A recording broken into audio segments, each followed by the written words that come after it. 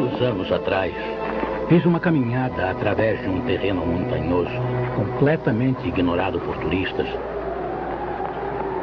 Na época em que parti em expedição para essas terras altas e estéreis, que chegam a atingir 1.300 metros de altitude, elas consistiam de terrenos descampados com vegetação rasteira. Nada crescia lá além da lavanda selvagem.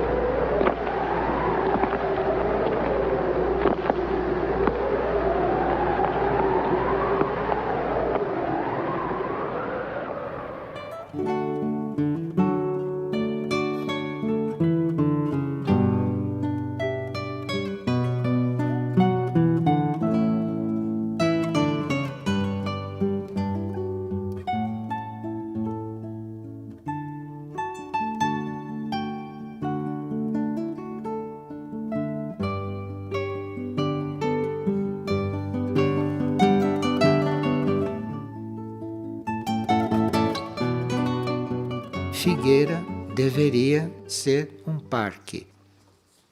O que é o parque? Nós começamos a falar neste parque depois que as áreas preservadas chegaram a um certo desenvolvimento, e não antes. Agora que todas as áreas preservadas estão com certo porte, estão com certo desenvolvimento, então aqui é a hora de se falar do parque. Porque este parque seria uma oportunidade de nós termos o reino humano, o reino vegetal, o reino animal, o reino mineral e o reino dévico em trabalho de harmonia, em trabalho de colaboração. Esta relação entre nós e os seres vegetais tem a colaboração do reino dévico, porque o reino dévico serve ao reino vegetal como serve ao reino humano. Então o reino dévico é um reino que faz ponte entre nós e os vegetais. E isto, se existe, quando nós despertamos para isso, este parque se ampliará, este parque vai responder. E esse parque respondendo, o clima psíquico, o oxigênio, a harmonia, a beleza, isto tudo começa a surgir com muito mais intensidade. Quando Figueira foi concebida na sua visão espiritual, ali já estavam definidas uma grande área preservada, onde esta área seria totalmente isolada para que os reinos pudessem ali expressar de uma forma livre, sem a interferência humana.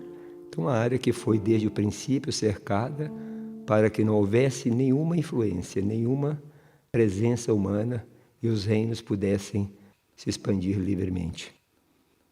E as árvores também tiveram, desses primórdios, um papel muito importante, desde o princípio da sua fundação. Em agosto de 87, foi ofertada esta primeira fazenda de F1 para o trabalho. E logo na entrada desta área, no alto de uma colina, um grande ipê amarelo resplandecia, irradiava sua aura dourada, resplandecente, nos acenando e como que nos chamando para junto dele. Nós, seres das cidades, pouco estávamos atentos a esses sinais sutis que o reino vegetal já nos passava e precisamos de muito tempo para ganhar uma sensibilidade, reconhecer essa presença, esse chamado, esse diálogo conosco. E ali, logo que ali se confirmou o local da construção da área do pátio, essa relação amorosa já tinha se construído com o IP, e ali começamos a cuidá-lo, a limpar a área em torno, a gramar em torno, e fomos ali crescendo juntos com ele, na sua proteção, na sua irradiação, debaixo da sua presença.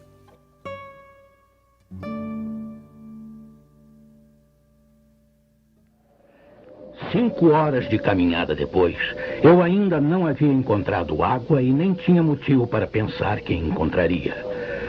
Por toda a parte, a mesma seca imperava. A mesma grama ressecada crescia.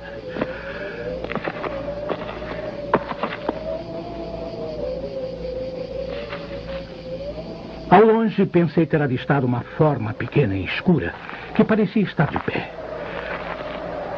Achei que fosse um tronco de árvore. Com poucas esperanças, caminhei em direção a ela.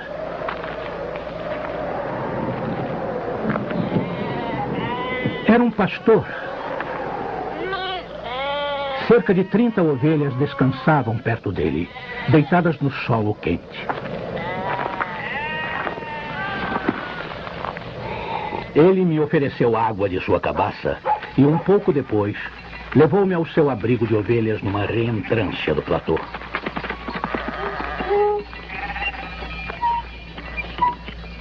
A água que ele carregava era de excelente qualidade e vinha de um profundo poço natural sobre o qual ele havia armado uma roldana bem rudimentar. O homem não falava muito. Os solitários são assim. Mas eu sentia sua segurança e sua confiança. Contudo, isso me pareceu incomum em uma terra tão inóspita. Ele não morava na cabana de pastor, e sim numa casa de pedra. Era fácil ver os concertos que ele havia feito com as próprias mãos para transformar a ruína que tinha encontrado em uma moradia. O telhado era sólido e à prova d'água. O vento batia nas telhas como ondas quebrando na praia. Do lado de dentro, tudo estava bem arrumado. O chão havia sido varrido e uma panela de sopa fervia, pendurada sobre o fogo. Também notei que ele havia se barbeado naquele mesmo dia, que os botões de seu casaco estavam bem presos e que sua roupa havia sido remendada com tanto cuidado que era quase impossível perceber. Ele dividiu sua sopa comigo.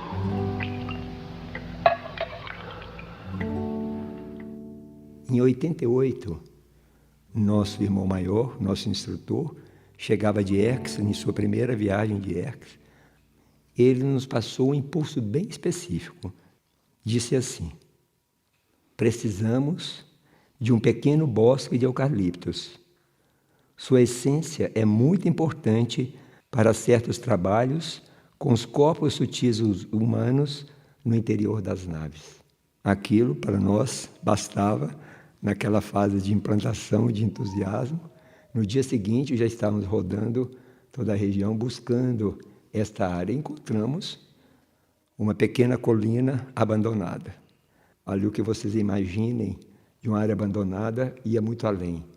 Era só formiga saúva, carrapatos, carrapichos, lobeiras e tudo aquilo que dá em terra degenerada, ou seja, que são plantas pioneiras no trabalho de recuperação do solo, ali existia.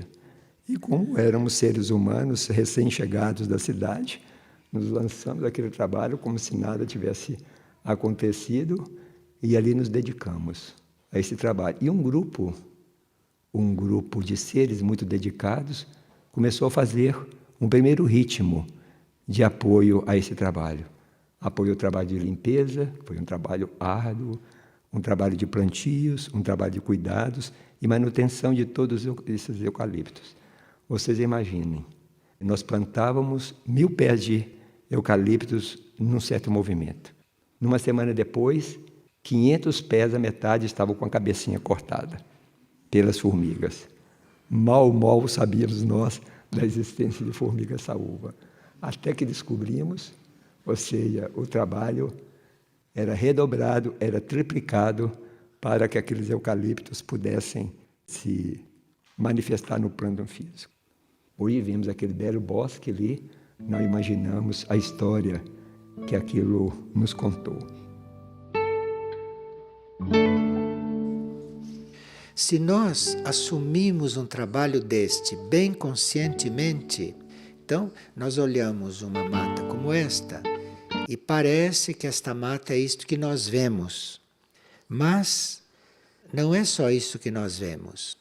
Porque neste momento, quando existe possibilidade, quando existe uma mata que está ofertada como um laboratório para a natureza ou para o plano evolutivo, naquela mata começam a ser introduzidas espécies que não existem na Terra ainda.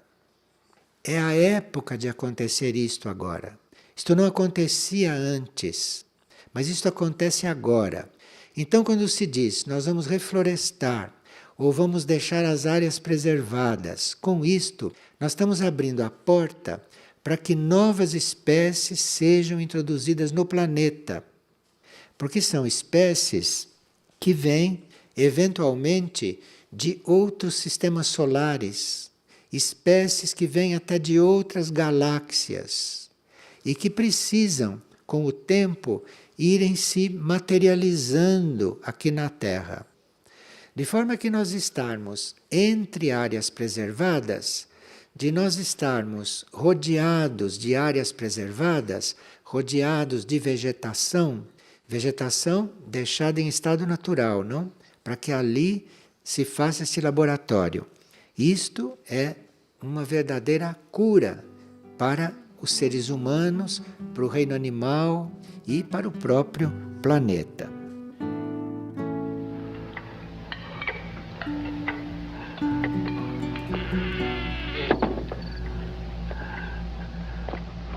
O pastor pegou uma pequena bolsa e dela tirou uma pilha de bolotas de carvalho que derramou sobre a mesa.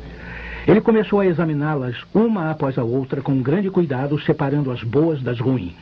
Perguntei se poderia ajudá-lo. Ele respondeu que aquela tarefa era dele. E realmente, quando vi como ele trabalhava meticulosamente, não insisti. E esse foi o fim da nossa conversa. Quando já tinha separado suficientes bolotas boas, ele as dividiu em grupos de 10, examinando-as mais uma vez, descartando aquelas que eram pequenas demais ou que estavam rachadas. Quando tinha 100 bolotas perfeitas, ele parou e nós fomos dormir.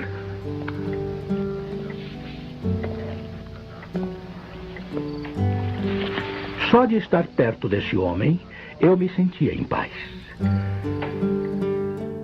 Um reino vegetal que evolua nesse sentido, isto vai influir diretamente e positivamente sobre o reino humano. E essas influências não são só localizadas, porque a aura do planeta é uma só, então um trabalho simbólico, como possa ser este, pode circular pelo etérico do planeta e pode circular através das entidades, através dos devas, através da consciência vegetal do planeta. Uma lembrança de um fato passado no início da década de 80. Nesse momento eu me encontrava fora do país, fazia um estágio fora em um grande hospital comunitário, e uma tarde estava na varanda quando eu vi parar na frente do hospital uma picape. E na porta da picape estava escrito em letras bem grandes, bem evidentes, Baumchirurg. Isso em alemão quer dizer cirurgião de árvores. Eu achei aquilo muito curioso e logo desci para ver do que se tratava. E aquela picape pertencia a um jovem biólogo com 2 assistentes que tinha equipado aquela picape com tudo necessário para o cuidado das árvores. Ele fazia cortes em altura, sem precisar de escadas, sem precisar de muitos assistentes. Ele era bem autônomo no seu trabalho. Ele dentro dispunha de tudo, para fazer podas corretivas, podas de formação, cirurgias das árvores, para fazer correções ortopédicas. E aquilo tudo, aquele contato, aquela conversa, tudo ali promoveu um movimento grande lá dentro da alma. E ali em silêncio eu disse para mim mesmo, pois é, se eu não tivesse feito medicina, eu iria ser um cirurgião de árvores.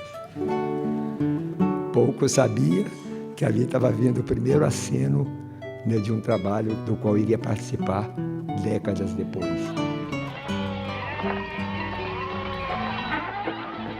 Ele tirou seu rebanho do abrigo e o levou para o pasto. Antes de sair, ele molhou dentro de um balde d'água as bolotas de carvalho perfeitas que havia selecionado e contado na noite anterior.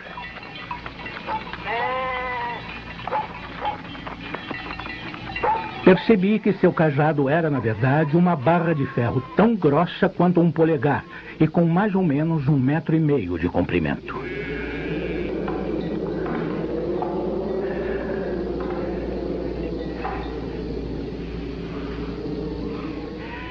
Seu pasto ficava no fundo de um vale, no lado direito da colina. Ele deixou o pequeno rebanho sob a vigilância do cachorro e subiu até onde eu estava. Tive medo de que ele viesse para repreender a minha curiosidade, mas não era esse o caso. Ele veio até mim porque eu estava no meio do seu caminho e me convidou a acompanhá-lo se eu não tivesse nada melhor para fazer. Seu destino era um local 200 metros acima de onde estávamos, no alto do platô. Quando chegamos lá, ele começou a cavucar a terra com a barra de ferro. No buraco que se formava, ele jogava uma bolota e o cobria em seguida. Ele estava plantando carvalhos. Perguntei se aquele terreno pertencia a ele. Ele respondeu que não. E será que sabia a quem pertencia? Não. Ele achava que eram terras públicas, ou que talvez pertencessem a pessoas que não as utilizavam. Ele não estava interessado nos donos da terra. E continuou a plantar suas 100 bolotas com grande cuidado. Num certo momento, pouco mais de uma década atrás, aí surgiu, naquela época, era o grupo das podas. Por quê? As árvores cresceram ao longo de todos esses anos, ao longo das estradas, e as estradas precisavam de manutenção. As árvores que cresciam em torno das casas precisavam de manutenção.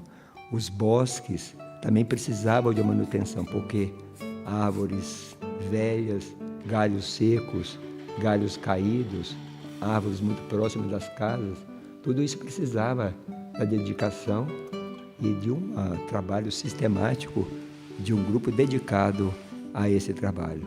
Então o grupo das árvores, no princípio, era baseado basicamente nesse trabalho árduo de formação, de poda, de cuidados assim bem básicos para com o reino vegetal, para com as árvores. E vencida então uma primeira etapa mais árdua deste trabalho, aí sim o grupo das árvores, porque aí não era apenas um trabalho de poda das árvores, ali era todo um trabalho de manutenção, de uma certa harmonia, de uma ordem dessas estradas, desses bosques, dessas áreas em torno das casas, e aí toda uma relação de cooperação mútua entre o reino vegetal e o reino humano passou a existir de uma forma muito mais consciente, muito mais presente para esse grupo das árvores. E assim outras árvores foram passando por cirurgias. Jacarandás, copaíbas, paineiras, eucaliptos, a sibipiruna, o jatobá. E assim então, em largas pinceladas, alguns eventos mostram como o reino vegetal, já mesmo com todo o peso daquele karma humano, daquele karma que a humanidade engendrou sobre ele pela sua degeneração psíquica, como esse reino não deixava de ser solícito, serviçal em nos suprir de todas as formas, em todos os momentos, com todas as suas possibilidades, dentro do limite kármico que lhe era permitido.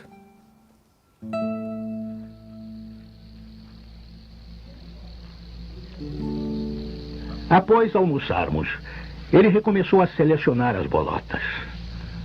Acho que fui muito insistente com minhas perguntas, porque ele respondeu todas. Já havia 3 anos que ele plantava bolotas nesse local desolado. Ele tinha plantado cerca de 100.000 telas. Das 100.000 árvores, 20.000 brotaram. Dessas 20.000, ele esperava perder metade para os roedores e outros acidentes naturais que só a providência pode controlar. No final, restaram 10.000 carvalhos que cresceriam nesse local onde antes não havia nada. Ele chegará à conclusão de que aquela parte do campo estava morrendo por falta de árvores. Ele acrescentou que, como não havia nada de urgente para fazer, havia resolvido remediar essa situação.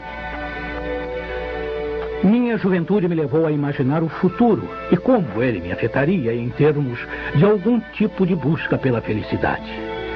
Eu disse a ele que dali a 30 anos suas 10.000 árvores estariam magníficas. Ele respondeu simplesmente que se Deus lhe desse uma vida longa, ele plantaria tantas árvores que essas 10.000 pareceriam uma gota no oceano. Havia um conhecimento, havia uma sabedoria nos povos nativos. Havia este conhecimento nos indígenas, nos nativos. Quando nós falamos em índios, quando falamos em nativos, nós vemos um povo no estado em que está, no plano físico. Mas esses seres não estão só no plano físico. Esses seres nos níveis sutis estão trabalhando. Não estão na mesma situação em que eles estão no plano físico. É como nós temos uma humanidade aqui na superfície e temos a humanidade nos planos internos, nos planos sutis. Assim são esses povos, porque todos esses nativos, todos esses indígenas, esses seres estão trabalhando nos planos internos, no plano astral principalmente. E antes de serem transmigrados ou de tomarem o seu rumo, estes seres estão desenvolvendo um trabalho no plano astral.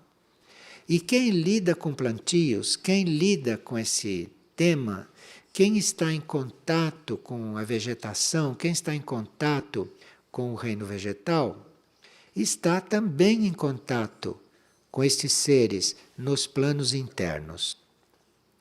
Há seres desses que ajudam na harmonização das áreas. Não são só os devas. Há estes seres também. Hoje nós contamos com isto. E se nós temos essas coisas presentes, mesmo sem ter visões e mesmo sem termos consciência, que não é necessário, se nós tivermos essas coisas presentes, isto efetivamente começa a acontecer. Porque parece uma utopia dizer vamos transformar Figueira num parque. Uma verdadeira utopia. Não, é utopia se contar só conosco. Acontece que nem se está cogitando de contar só conosco. Mas para que essas coisas comecem a participar, para essas coisas comecem a se somar, para que isto comece realmente a agir, porque se é do plano evolutivo, isto acontece naturalmente. Precisa que a gente esteja nessa consciência. Precisa que a gente assuma esta tarefa, não? Assuma e saiba que de alguma forma isto vai acontecer. Então, nós estamos sendo convidados a transformar realmente a nossa consciência nesse sentido. Isto é, nós estarmos preparados para colaborar com o impossível. Porque este impossível é impossível só se for feito só conosco. Mas este impossível conta com tudo aquilo que é possível nos outros planos de consciência. Nós temos que estar nesta consciência, senão este parque vai ficar um pouco atrasado no tempo. E não precisa ficar atrasado no tempo. Não precisa, porque a energia está aí, o momento é esse, o plano está aí, as pessoas estão aí, os seres internos estão aí, e o reino vegetal está aí, e o reino dévico está aí. Não é preciso duvidar disto. Nós estamos aqui como uma das peças desse trabalho, né? Nós estamos aqui como um dos elementos deste trabalho. Os carvalhos plantados em 1910 tinham agora 10 anos e eram mais altos do que eu ou o pastor. Que espetáculo impressionante! Literalmente perdi a fala. E como ele também não era muito falador, passamos um dia em silêncio caminhando por sua floresta. As 3 faixas da floresta tinham, no total, 11 quilômetros de comprimento e uma largura máxima de 3 quilômetros. Ao pensar que a origem disso tudo havia sido as mãos e a alma desse pastor, que não tivera assistência alguma, percebi que os homens podem ser tão eficientes quanto Deus em tarefas que não sejam destruir.